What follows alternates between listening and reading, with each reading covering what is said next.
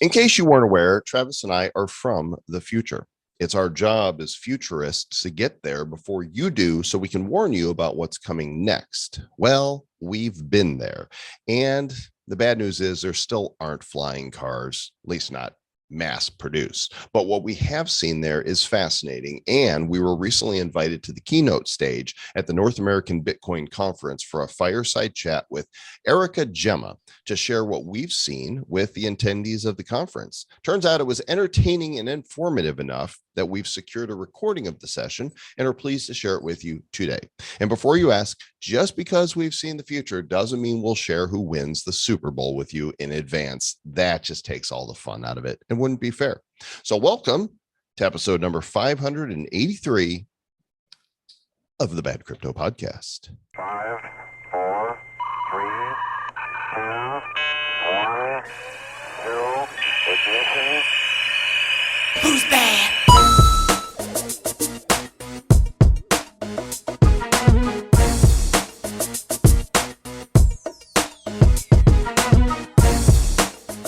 I like to change things up like I did right there. Usually I'm like, of the Bad Crypto Podcast. But that time I was like, of the Bad Crypto Podcast. It was almost like a question because I caught you guys by surprise. Yeah, it was. And then what was nice is that we were invited to the keynote stage, but it was actually the only stage. So, I mean, it was the keynote only stage. So North American Bitcoin Conference just took place in Miami. Thousands of people were there. The Bad Crypto Podcast and CCP Digital team had a booth, met all kinds of amazing people. And Travis wasn't feeling that great, so he kind of hunkered down in the hotel room, came out of his cave for brought the thunder, and I was like, and then you were took the lightning. Yeah, dropped out. But yeah. I had the opportunity to meet so many of you fans that came by the booth. And, you know, it's been 2 years since I've used my conferencing muscles and have gone to an event and was like, oh, look, people in person, looking in their eyes, standing there, shaking hands or bumping elbows or, you know. Was it weird? Was it weird for you? It took a moment to like, oh yeah, people again. I'm not sure how much I like y'all, but it turns out it was good. Hey, what you like us, which is nice. Thank you. So many people came up to the booth to say, hey, thank you guys for doing what you do. You've had a big impact. I mean, you know, you forget when you do your thing. That's good. But there's something about being in person. And one guy said, you and Travis were my gateway drug. So we are officially the ganja of the crypto world. You know what? That's it feels good because like one of the things is like, you know what, here we're two dudes talking crypto. And if in some way we've inspired people along the way, because you know what, after 2018 happened, a lot of people dropped off and stopped listening. A lot of content creators stopped creating content for the most part, right? It's like, oh, the bull run's over. All right, the fun's over. I'm going to go do other stuff. We kept at it. We kept inspiring people and talking about it. And hey, you know, now it's time to build. When the bull run's here, everybody's partying. When the bear run's here, it's time to buildle. You know, and so that's what it is. And it's inspiring to hear people that we've impacted along the way. Because I said it before, is that one of my goals years ago, back in 2008. Was like, man, you know what? It would be so impactful if I could help create 1,000 millionaires.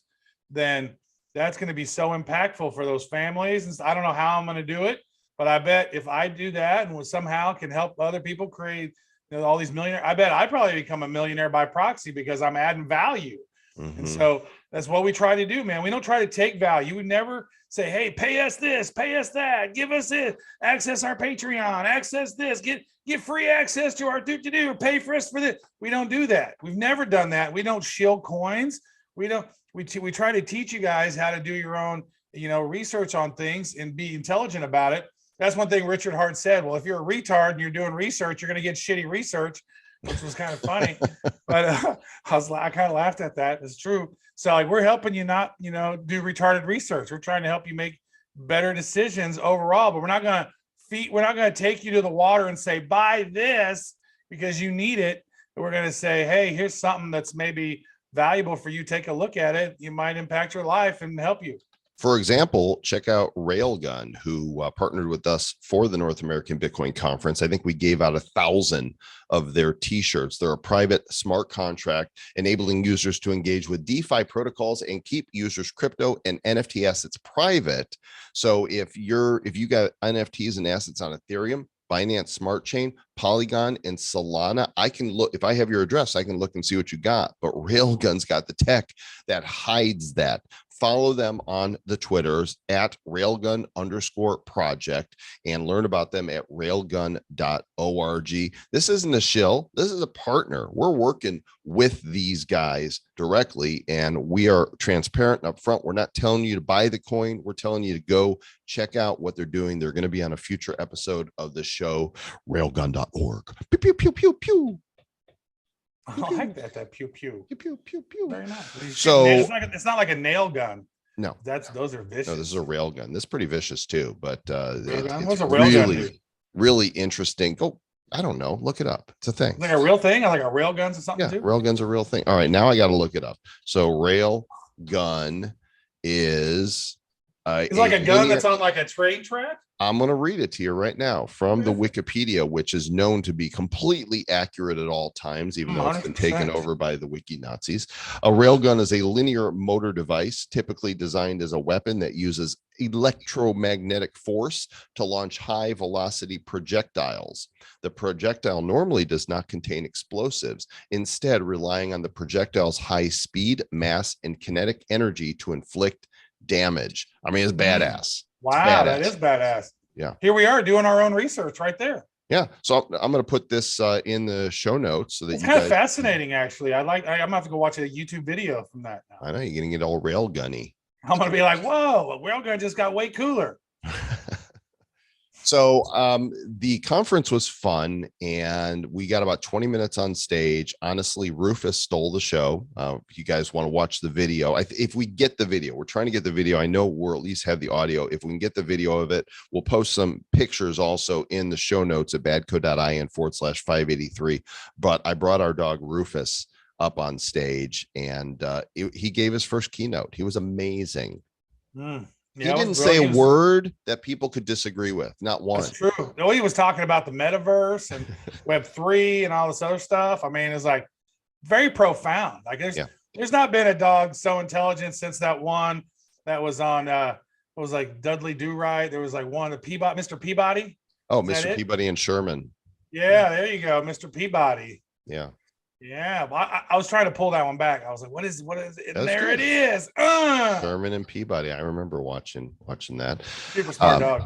So has there ever been a smarter dog than that? I don't know. Benji. Rin Tin Tin. Lassie might, yeah. Get him, Lassie. Come on, girl. Good girl. So here is where's Timmy? Where's Timmy at, Lassie? He's in the going wheel. On stage in Miami. At the North American Bitcoin Conference, talking all about the future of Web 3.0. Here we go. Hello, everybody. Welcome again to, well, actually, you guys never left, but I'm back on the stage. So how many of you guys have listened to the Bad Crypto podcast before? 1, 2, 3. Hi, Mom. It's like 4 people. Hi, Mom. All 4 of you. Thank you so much. It's super fun to have people like this who don't just educate, but they also entertain.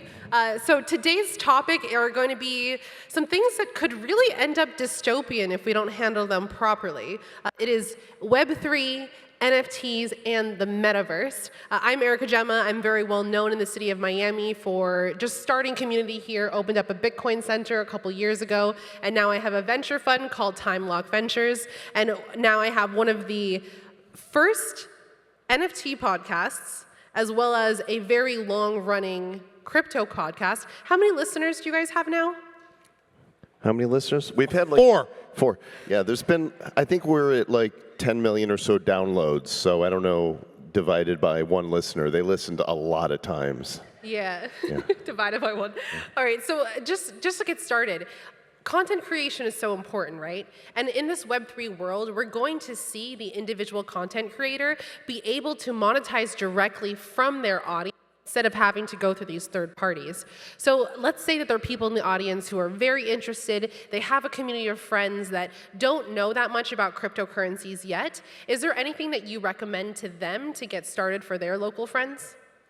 Well, I would say this is kind of one of the things that we say for most people when they're trying to figure it out, right? Most people start off crypto level 0, right? You don't know anything. First of all, you got to get your Coinbase account. That maybe levels you up to level 1. Level 2, you got to get your MetaMask, right? So once you get your MetaMask set up, and then then you can maybe buy some NFTs. But first of all, you got to get your Ethereum over there. So that's a complex thing for a lot of people when they really get started, right?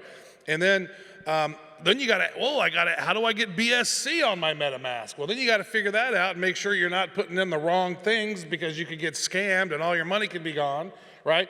So it's like walking through and getting that stuff set up. What we've done is we set up an episode 210, and it's badco.in/210, which really gives people the intros and the basics.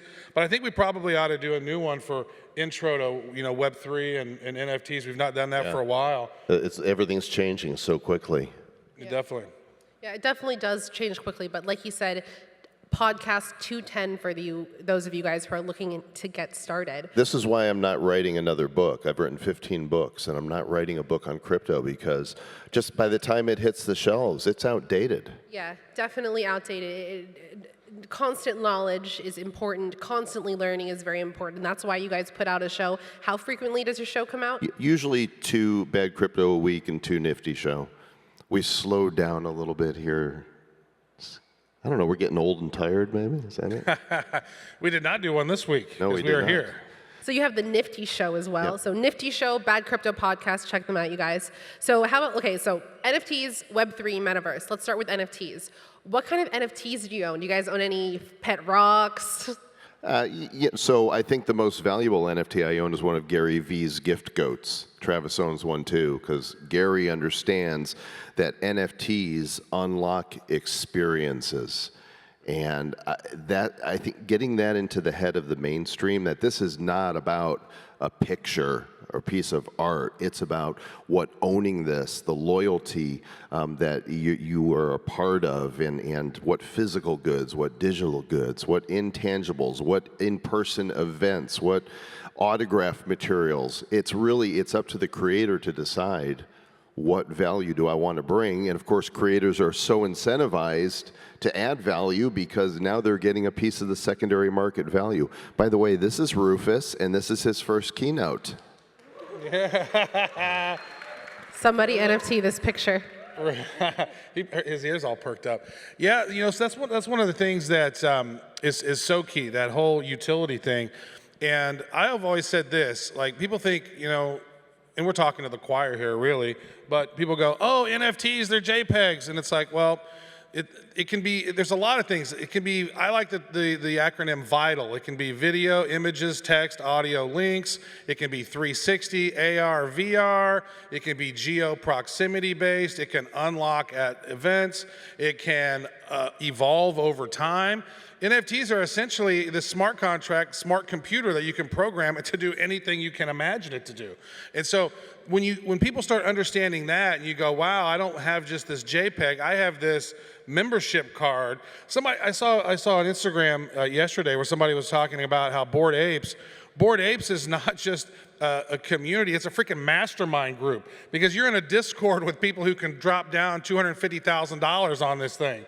So you're in there and you're chatting with Mr. Beast and Gary V and Eminem has one. All these guys, Snoop Dogg, right? It's like, it's actually pretty interesting when you think about it. I just right-click Save As you, and now I own you. Oh yeah? So you're gonna come to my community? No. Yeah, I always say that NFTs are the new way for the Soho houses to exist, especially in a global world, and especially now that we have metaverses popping up.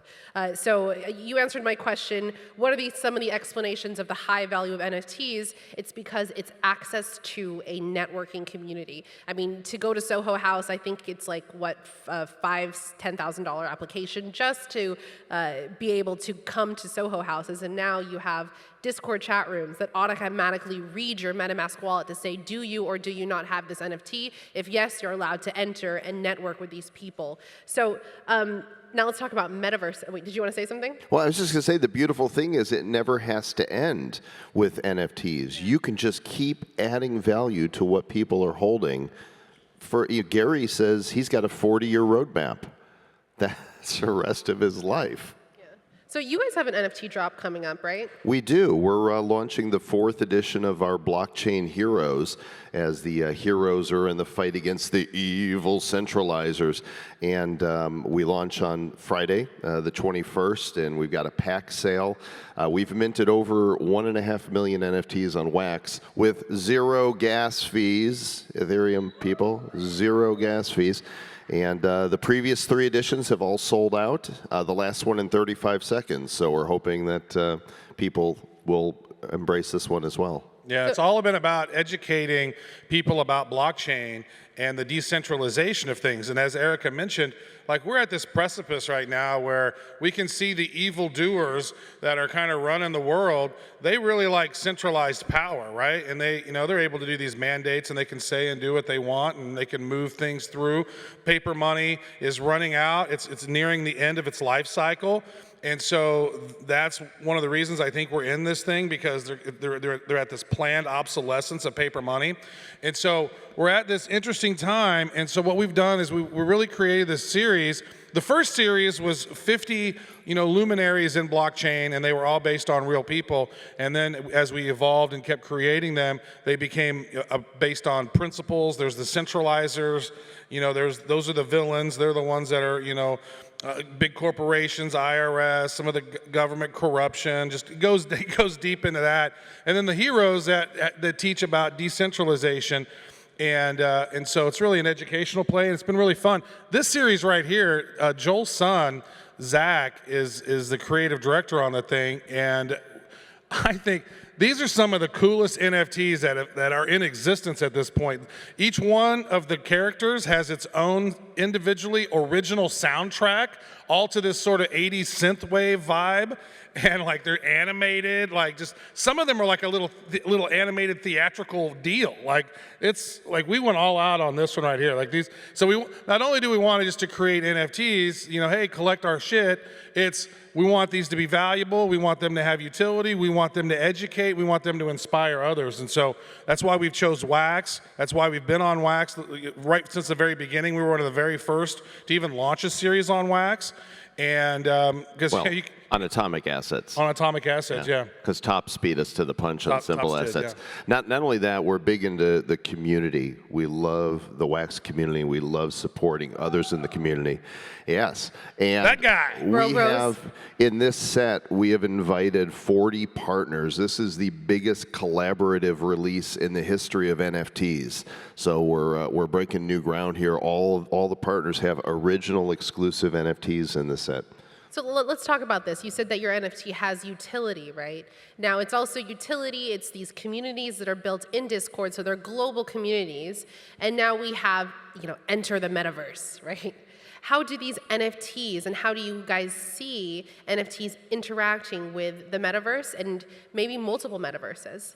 Well, everything that you own in the metaverse in some form, including your digital identity, will be an NFT. All of the objects, the land that you own, the objects, the trees and buildings that you put on the land, the artwork and NFTs that you put on the walls within your buildings, the items that give you advantage in various games, your swords, your skins, your KC hats, that'll be an NFT.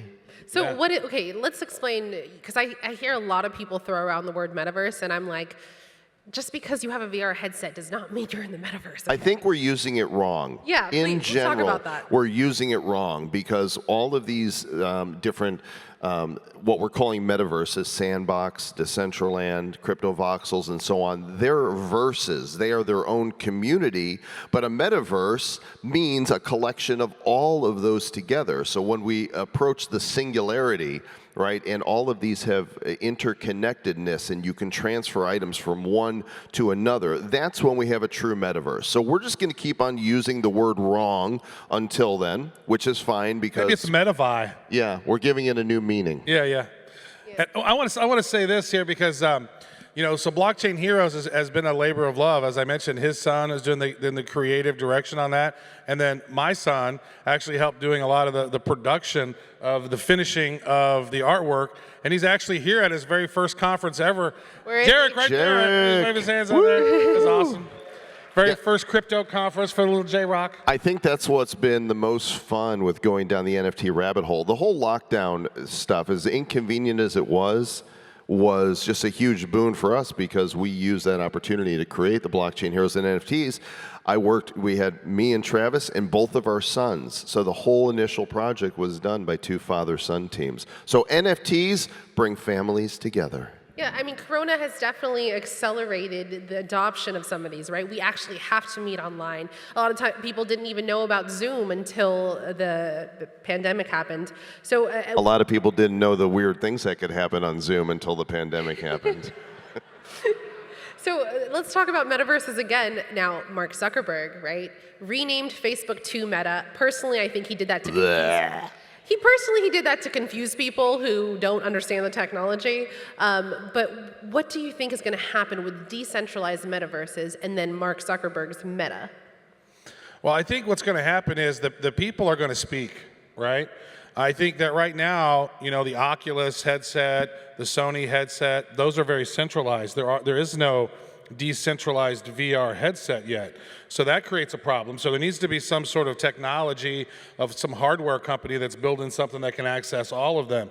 Because right now, unless there's a hack or a sort of a patch to be able to use Oculus for other stuff. Like, I don't know if you can use it for Sandbox, just go into the browser or not. I don't know. I've not done that. But it's interesting. I think people are going to speak, and I think that what's most exciting for people is this whole, what's bringing in a lot of people is this whole play to earn and GameFi. It's not just about the metaverse. I think metaverse is still nascent. It's still going to grow. People are talking about it. They're hyping it. But really, we saw this, that DeFi was the year of 2020. We knew 2021 was going to be the year of NFTs. We saw that in advance.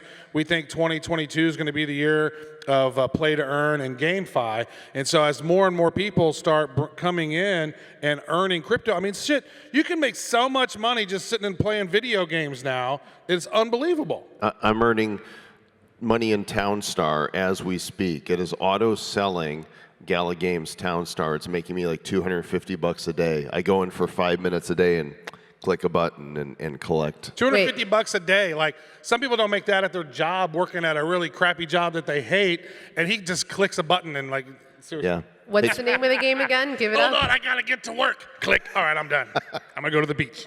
What's the name of the game again? It's a Townstar. Gala Townstar, yeah. Games is the ones to watch. Animoca Brands, Gala Games, Splinterland, Star Atlas, Starchy, just to begin. Vulcan Forged. Yep. Yeah, Vulcan Forged is one of the big sleepers. Those guys, and we were advisors with them early on, full disclosure, they built the closest thing I've seen to a multiplayer, an MMORPG, like World of Warcraft. Still very early, but man, these guys. And what's interesting is that they're a game company first. You have a lot of people that in the land rushes decide, oh, we can make money making blockchain games. But the best developers are those that are already developing games and going, oh, it makes sense for us to put this on blockchain so that players have true ownership of their assets. That's exactly what's happening. And the model for gaming is completely flipping. Like, why does somebody want to spend $65 for a game and play that game where you don't own any of the assets and you can't resell any of those assets? So blockchain gaming is really flipping it. And so I think that's going to be really big. No matter how big Bitcoin gets or how low it gets this year, play to earn and GameFi is still going to move forward big. Yeah, and the media is going to pick up on that this year. Yeah. Just like last year, we saw the stories, the media sensationalizes everything. So the big stories, Beeple sells for $69 million, and Gronkowski's doing NFTs. This year, they're going to latch on to the young people, especially sub-20-year-olds, that are making serious bank, more than their parents and teachers, doing play to earn gaming. And our prediction has been that this year we're going to see more under 20-year-old millionaires made than ever before in human history because of play to earn. My son just turned 20, so I guess you're too old, buddy. You missed it. Sorry. Sorry, dude. So play to earn definitely is where we're seeing things move. I think that it's not only going to be play to earn, it's going to be like workout to earn, right? Rewarding people for human behaviors that they should do in a way where they can earn cryptocurrencies instead of, you know, not being rewarded at all. I'd like an eat to earn. Can I get one of those? Eat this delicious filet and earn some filet coins. Yeah. Well, you know, actually, Microsoft has that patent. Actually, Microsoft has a patent that is it's tied to some internal chip of some sort where you're like moving around and doing certain stuff, and then you'll be able to earn crypto. And that came out in 2020, and they were talking about that. Yeah, it's patent 2020-060606. It is. It's really kind of bizarre. That's a true story. I know. But I mean, think about that. You go, well, if you don't move certain amount, then you don't get your universal basic income. And if you don't get your latest virus update patch, then you're not going to get it either. Number 23. So let's talk about that. It becomes pretty dystopian when you think about people living in metaverses, living with headsets, earning while they're in the game, being incentivized to stay in the game. It's very Ready Player One. Now, I'm so glad that you brought up this Microsoft patent that Microsoft put out in 2020, because it says it's a device that reads your body data and rewards you in cryptocurrency for performing certain tasks. Now, plugging that into the metaverse with, you know, our NFTs on the wall, how do you see Web3 tying this all together to make it so individuals are able to directly monetize on what they do in the metaverse? They're going to have the carrot on the stick, right? Meta is no different from Facebook. It's just a new shiny name on a turd, right? And by the way, I got off of Facebook over a year ago, and I am happier for it. You do your own due diligence and research. Same thing with Instagram. I don't need to. You know who your real friends are. They're not so-called friends. Where was I? Yeah, and then this thing too is that in the Web 2 world, right, of the Instagrams, of the Twitters, you have followers. A lot of people who have a lot of followers, I'm sorry, but most of them are probably bots, right? But in the Web 3 world, and you can't make money directly off those followers unless you're doing some type of ad campaign or you're just selling directly to them. But in the Web 3 world, how do you see that relationship with followers changing? Well, it's probably going to be tied to, you can look at your wallet and you can see what people are holding in their wallets, right? So I think Gary Vee mentioned that. It's like in the future, social media is going to be what's in your wallet. You know, I want to. Do you have this? Do you have that? Okay, I can tell who you are by the NFTs that you hold, right?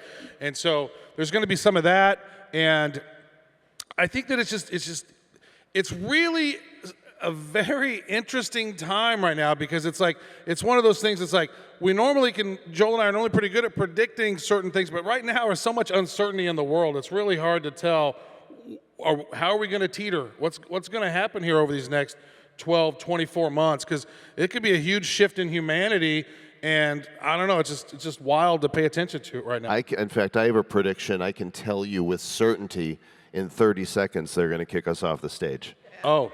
Wow. Well, definitely important. Oh, hell yeah, that's true, by the way. Oh, no. Damn it, Buster. In the real world. Well, awesome. Well, tell us, where can they find you guys to learn more about your podcast and what you're doing? Also, if you have a list of these PTE games, let us know. Let the audience have some alpha. Yeah. badcryptopodcast.com, theniftyshow.com. We're on all the podcast channels. And follow him on Instagram. Yeah. And I won't follow you back.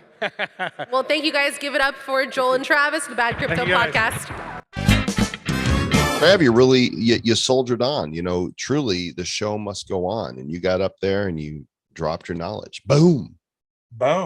Yeah, we had people after that show, after the thing, people come up to us and go, we really enjoyed that. Like, stuff you guys were dropping, is we agree with all of that. So yeah, nobody come up and said we were an asshole at all. I was surprised. No. One person walked up and said, "Would you sign my breast?" And I told him no. I just, it wasn't. Is it a him?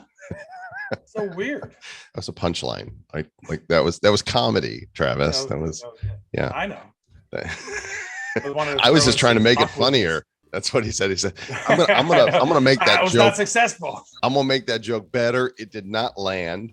But hey, if you guys enjoyed the episode, as always, we would love to hear from you. And you could write us at badcryptopodcast@gmail.com or call Travis's cell phone because he loves to hear from you. Because we're going to be in Kansas City watching the Chiefs in the ASC Championship. So hopefully, you know what, if you're watching that, send out a little love to Travis and Joel and Aaron. And my son Jared going to be there. We're going to be there rocking the house. Tailgating there at Arrowhead. It might have already happened. We might be sad right now. I don't know. Well, we already know because we're from the future. Not only do we know who won that game, but we know who won the Super Bowl. So, but it would be unethical for us to tell you at this point. So we're not going to do it. So we'll catch you guys on the next episode. Until then, stay bad.